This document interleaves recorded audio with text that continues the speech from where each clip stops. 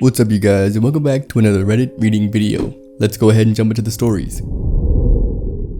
I'm a journalist exploring the Paris Catacombs, evil lives beneath us. I'd been working on this story for years before arriving in Paris. This trip was meant to be the culmination of nearly a decade of exhaustive research and interviews, all of it leading here. Everything I'd discovered up until now told me without a doubt that I would find the secret ceremony chambers of the Illuminati here, in the ancient catacombs beneath Paris, France. Once we get down there, you will be overcome with claustrophobia. You are going to want to come straight back up. It's normal. Everybody gets this feeling. Just give it 5 or 10 minutes. It will pass. Guardians, if you're serious about this. Oh, trust me, Jack. I'm dead serious. Nothing is going to stop me from getting this story, I said, climbing down the ladder into the sewers. My guide followed after me quickly, replacing the sewer grate above us with the pry bar. I surveyed the stone-walled tunnel and saw a rat scurry past my feet, trying not to overreact. I backed away as it ran past. Jack saw all this and smiled, his teeth yellow with nicotine stains. Come, brave journalist, this way to the catacombs. We're not even in the crypts yet.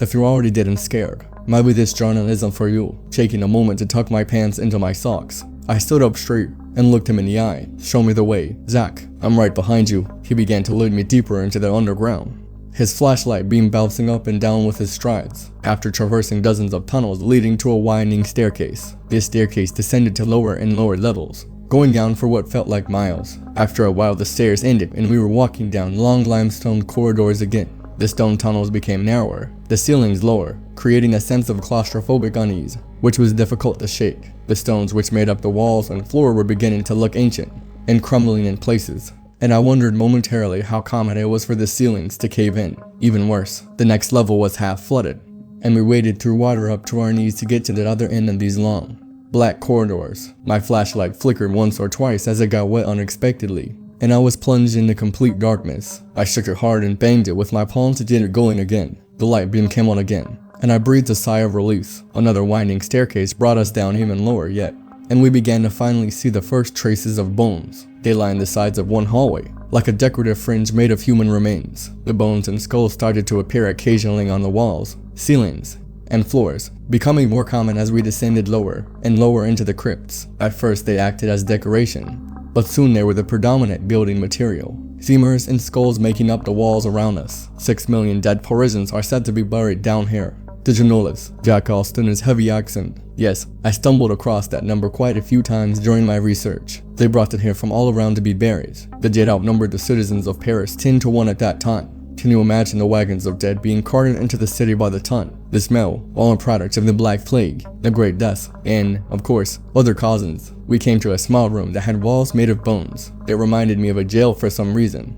The space cramped and small, a low ceiling loomed above us, seeming to bulge downwards precariously in places, and in the center of it all was a barrel-shaped pillar made of large femur heads and skulls which connected the ceiling to the floor and dominated the room. There is another chamber like this further up, more well-known and visited by tourists, Jack said as we went through the room to the other side. But this room signifies the entrance to the Illuminati's territory. We are past the threshold now. No one comes down this way except for them. Very few people even know about the existence of this room. It was stunning to see the labyrinth of tunnels below Paris in person. The rooms were made of bones and entire hallways seemed to be constructed from the macabre building materials. I had researched this place exhaustively before traveling here, but still to see it all in real life was astonishing, and I was more than a little scared. There were human remains everywhere, and they were becoming the primary building materials used at this depth. The next room was also made of bones and skulls, extending like an antechamber into a larger space which reminded me of a church foyer. I couldn't help but gasp at the breathtaking number of bones,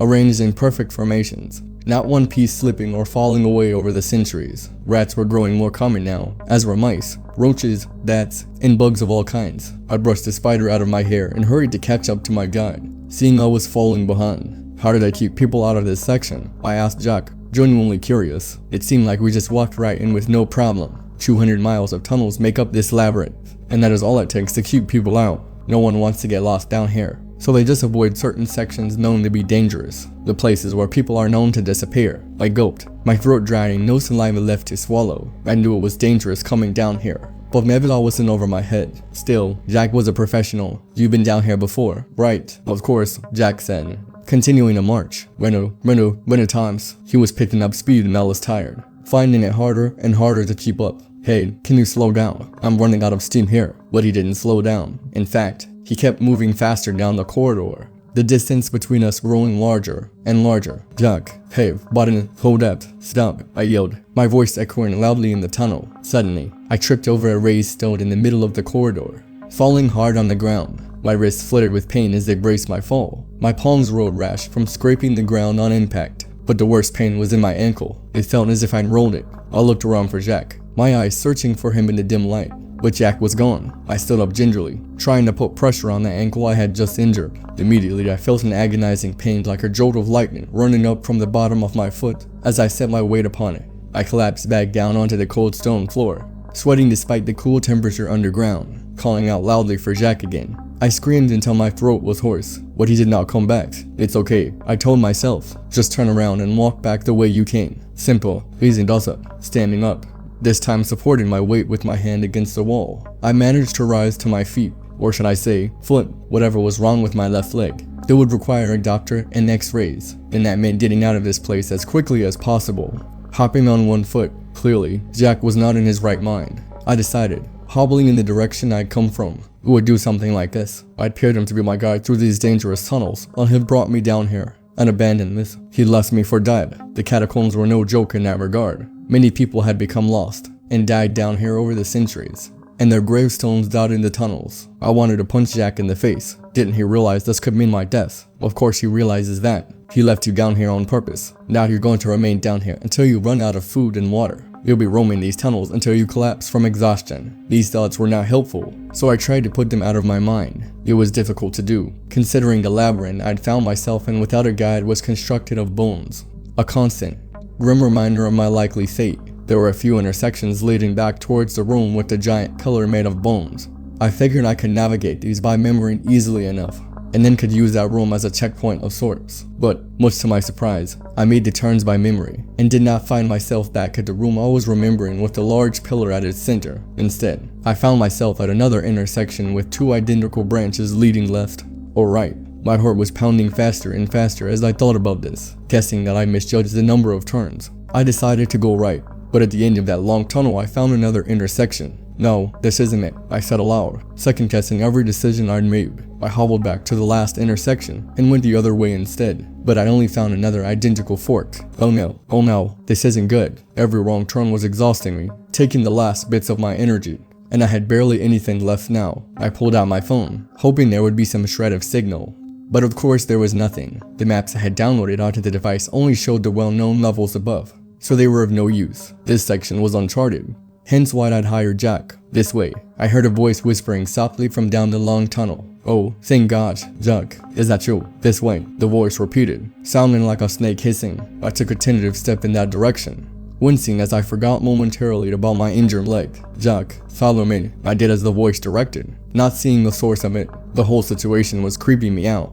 But I was thankful Jack had found me. It was probably just such a long tunnel he didn't want to walk all the way down it to meet me. I hurt my legs. "Man, can we go back up? I need to get to a hospital." "This way, to go back up." "Okay, slow down, I'm coming," hopping on one foot. It took me a while to reach the end of the long hallway. The walls were skulls with empty black eye sockets peering out at me from their positions in the mortar. I expected Jack to encourage me or say something sympathetic about my injury as I hobbled along, but instead it was completely silent in the catacombs aside from the sound of my awkward movements. Once I reached the end of the corridor, I found no one waiting for me. Jack was gone once again, and all I heard was the sound of his voice from far up ahead. "This way," he said from down the narrow tunnel. "Hey, will you stop for a minute? You're freaking me out." "Jack, just stop, will you?" But the voice just continued whispering.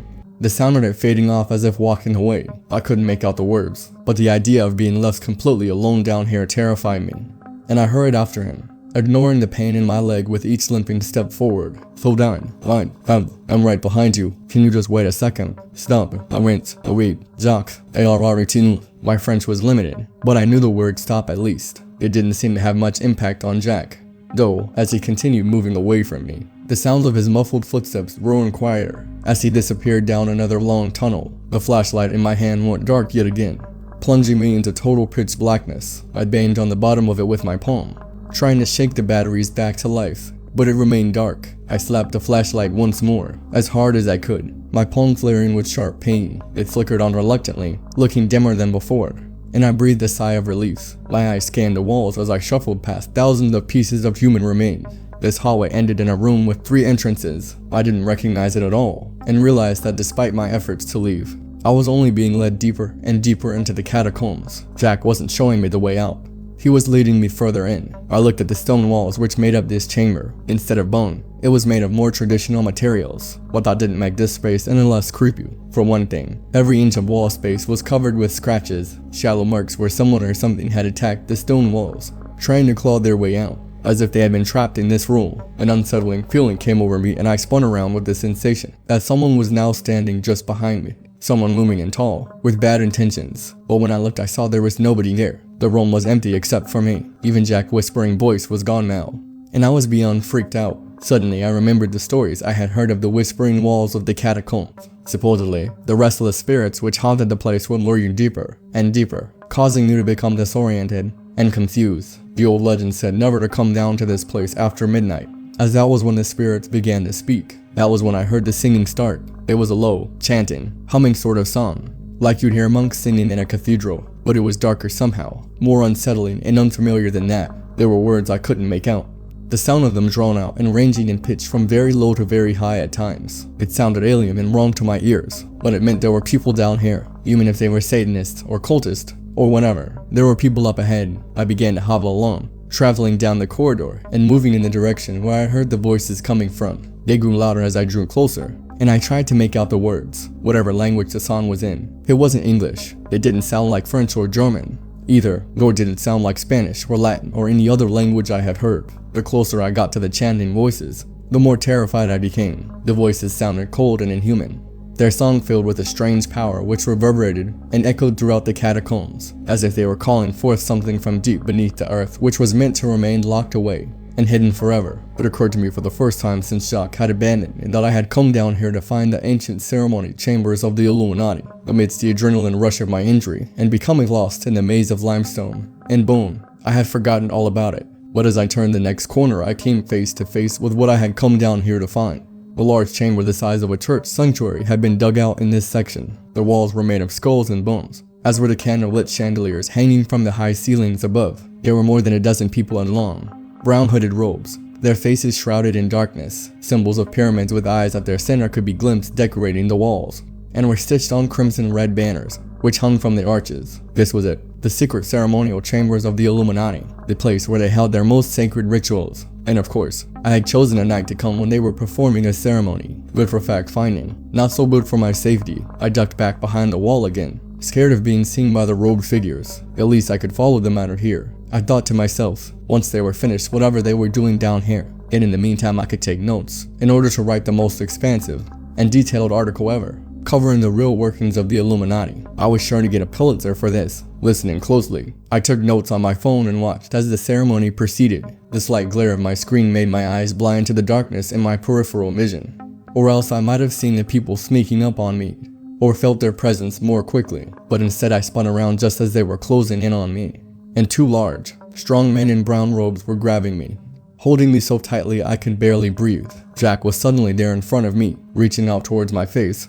He grabbed my left cheek and squeezed it, pinching a flap of fat between his fingers hard enough to sting. "There you are, Monsieur Journalist. I've been looking everywhere for you." Then they were dragging me into the ceremonial chambers, my toes sliding over the stone floor as I screamed, kicking and thrashing, trying desperately to get away. A moment later someone shoved a rag in my mouth, muffling my cries for help. "There you are. We've been waiting for you. Tire." The men in the sanctuary looked impatient as we approached, and Jacques responded to them quickly, as if they were his superiors. I was beginning to realize Jacques was not this man's real name, and he was not a tour guide. They began to talk back and forth about a ritual. The leader of the robed people asking Jacques a series of questions about me. It turned out my guide's real name was Pierre, and he knew a lot more about me than I had realized. He rattled off details about my personal life, friends, family, contacts at work, and most disturbingly, how long it would take for my disappearance to be noticed. "We can rest assured no one will report him missing until tomorrow afternoon at the latest. That's when his next phone meeting is scheduled with his editor." I tried to bluff them somehow,